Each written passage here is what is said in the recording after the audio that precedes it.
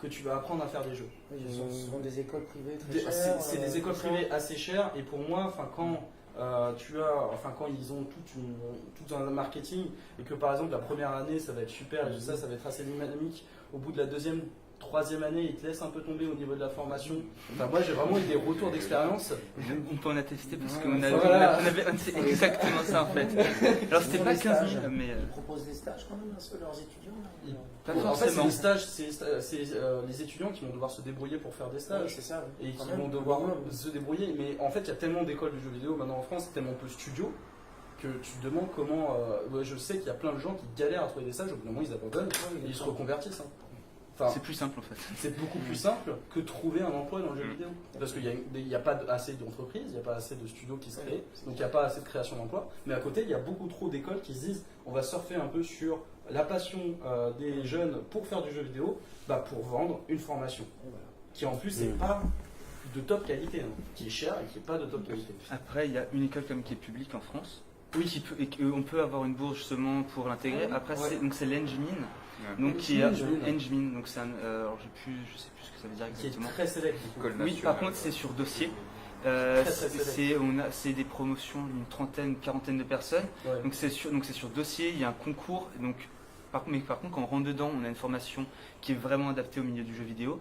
On a des projets à faire au cours des années. Tu as une formation qui est assez intense et en plus l'Engmin, je te complète vite fait, mais je trouve que ce qui est important c'est qu'ils sont intégrés au milieu vidéoludique depuis très longtemps. Du coup ils ont des partenariats avec les studios qui existent et ils peuvent proposer des stages justement. À la fin de la deuxième année, donc ça se fait en 2 ans, ça après une licence. On est obligé d'avoir une licence et il donne un vrai diplôme qui est reconnu en France et qui est aussi reconnu par les entreprises parce que c'est une école qui est reconnue à l'international. Et à la fin de la deuxième année, donc on a un projet à présenter qu'on a fait sur toute l'année et le jury en fait c'est des professionnels qui vont nous juger, qui vont nous donner des conseils sur les gens, sur ça c'est bien, ça c'est moyen, etc. Et c'est une formation gratuite puisque c'est une formation publique. Alors elle est payante, mais on peut avoir la bourse en fait. Voilà. C'est ça, ce que je veux dire c'est que c'est pris en charge, c'est vrai que c'est pas gratuit mais c'est pris en charge par l'État par rapport à une formation privée. C'est ça, où tu vas débourser 15 000 boules. C'est ça. C'est très cher. 10 000 à 15 000. Donc après en plus de toute façon la formation est moins chère. Et après derrière ils ont un stage obligatoire. Et généralement, ils bossent dans la foulée en fait. C'est la voie royale en fait. Si on veut travailler dans le jeu vidéo en faisant si on arrive à y rentrer, derrière normalement on taffe dedans. Mais par contre, il faut y entrer. Et ça c'est beaucoup plus dur. Plus de formations publiques justement sérieuses qui soient contrôlées par l'État, où il y a vraiment un cahier des charges au niveau de la formation et un contrôle qualité en quelque sorte. À Montréal, c'est ce qu'ils sont en train de faire en fait, en partenariat avec justement des entreprises dont Ubisoft, parce que justement ils ont grossi là-bas, sauf qu'ils n'ont plus assez de développeurs. Et du coup, ils travaillent avec les facultés pour faire des programmes qui sont adaptés en fait au monde du jeu vidéo parce que en fait, ils n'ont plus personne, ils essayent de démarcher les gens dans le monde, mais sauf que au bout d'un moment, faire déménager toutes des familles, ça ne marche plus. Donc ils ont des programmes adaptés maintenant dans les universités là-bas. Gros problème la formation aussi. Non, du tout. Pour les métiers, c'est vrai qu'il faut d'abord trouver une formation. Le truc qui rend super important selon moi, c'est si jamais quelqu'un veut un jour faire du jeu vidéo, c'est faut pas hésiter, faut s'approprier les outils qui sont sur internet, les tutos YouTube, c'est vraiment j'ai envie de dire c'est la voie réelle alternative quoi. Pour moi c'est beaucoup plus important, c'est pour ça que j'ai choisi de ne pas faire d'études dans le jeu vidéo parce que j'aurais pu le faire, j'avais les moyens de le faire, mais pour moi c'était beaucoup plus rentable de directement apprendre les outils dont j'avais besoin pour faire un jeu, pour expérimenter, pour faire des prototypes et savoir vraiment développer un jeu vidéo et en autodidacte.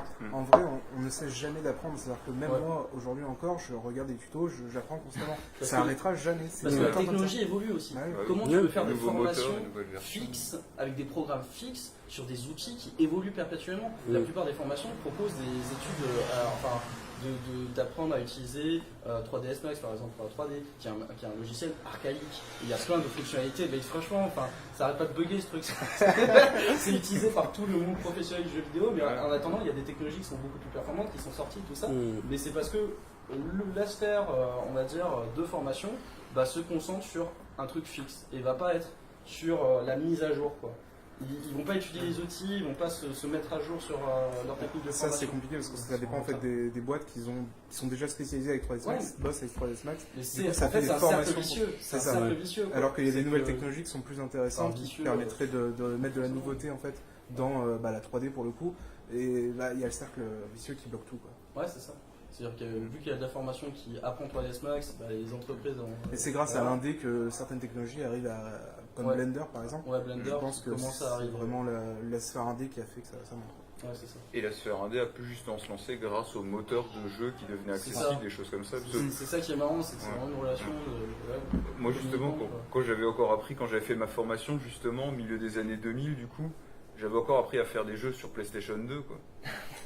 Super, hein. Enfin je débarque 2007, j'arrive sur le marché, bon bah il y a la PS3 qui sort, il y a l'Xbox 360 à l'époque qui était déjà là.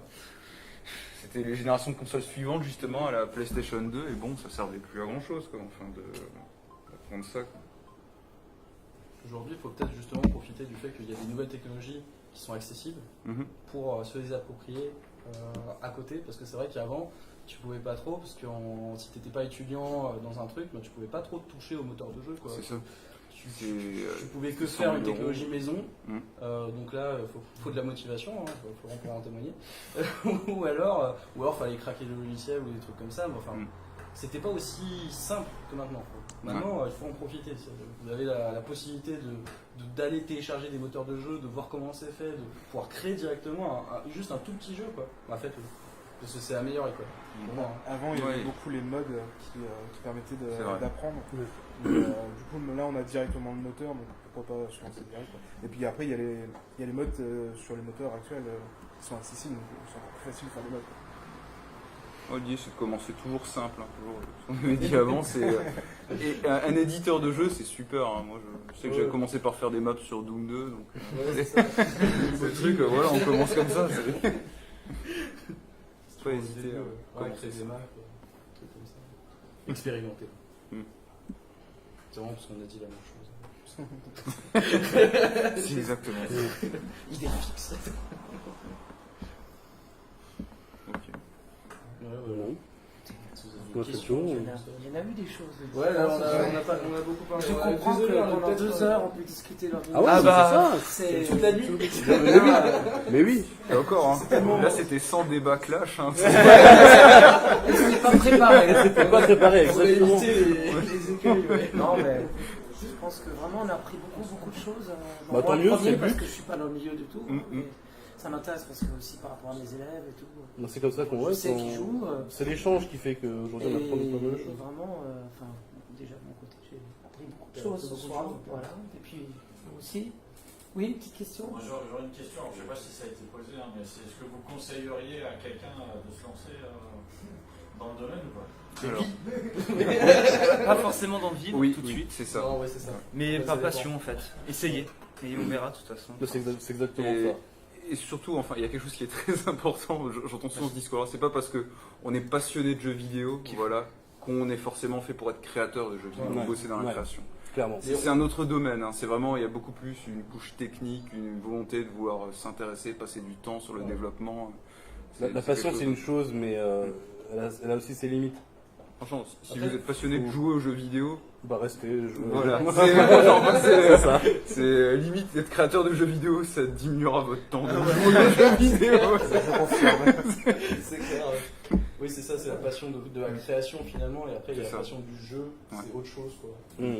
Après il y a toujours des métiers qui peuvent tourner autour de ça, chroniqueur, journaliste, streamer, maintenant, Ouais, bientôt, c'est ça, enfin, ouais. e-sport, ça va Peut-être complètement des nouveaux se métiers qui vont développer, apparaître aussi, je pense. Il y a plein de nouveaux métiers qui émergent, justement. Donc je pense qu'il y aura, maintenant il commence à y avoir moyen de vraiment, même si tu es juste passionné de jeu, à peut-être en vivre. Mais c'est difficile, c'est très difficile. Faut être motivé. Il y a de l'avenir dans le jeu vidéo. Oui. C'est ça. Ah, bah, ça, depuis le temps qu'on le dit aux gens. Il y en a toujours eu. Non, mais c'est vrai, depuis le temps qu'on en oui, parle. oui. Moi, ça fait des années que je dis aux gens, il y a un avenir dans le jeu vidéo. Ça y est, maintenant, on est dans le boom, on est dans la boucle. C'est maintenant que ça va évoluer, vraiment de manière exponentielle. C'est clair. Et on est tous là pour en Bon, témoigner. En tout cas, merci tous d'avoir été là. Merci. Ce débat, et Merci. Merci.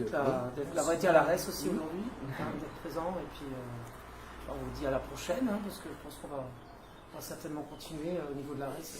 Rendre l'an. Poser quelque chose l'an prochain. On verra. Il faut qu'on en discute en interne. Un petit peu sous quelle forme. Et puis voilà. On a des questionnaires dans la salle. Si ça vous intéresse de répondre, de donner des suggestions. 1 étant la meilleure note. Juste avant de partir. Petit sondage. Pour, voilà. Ça nous aidera aussi après. Bien pour, sûr. Voir comment on fera pour la suite. Quoi. Et puis, voilà. Bon, bah, écoutez, je vous souhaite encore une bonne Bah, merci à fin tous. de- Merci à vous.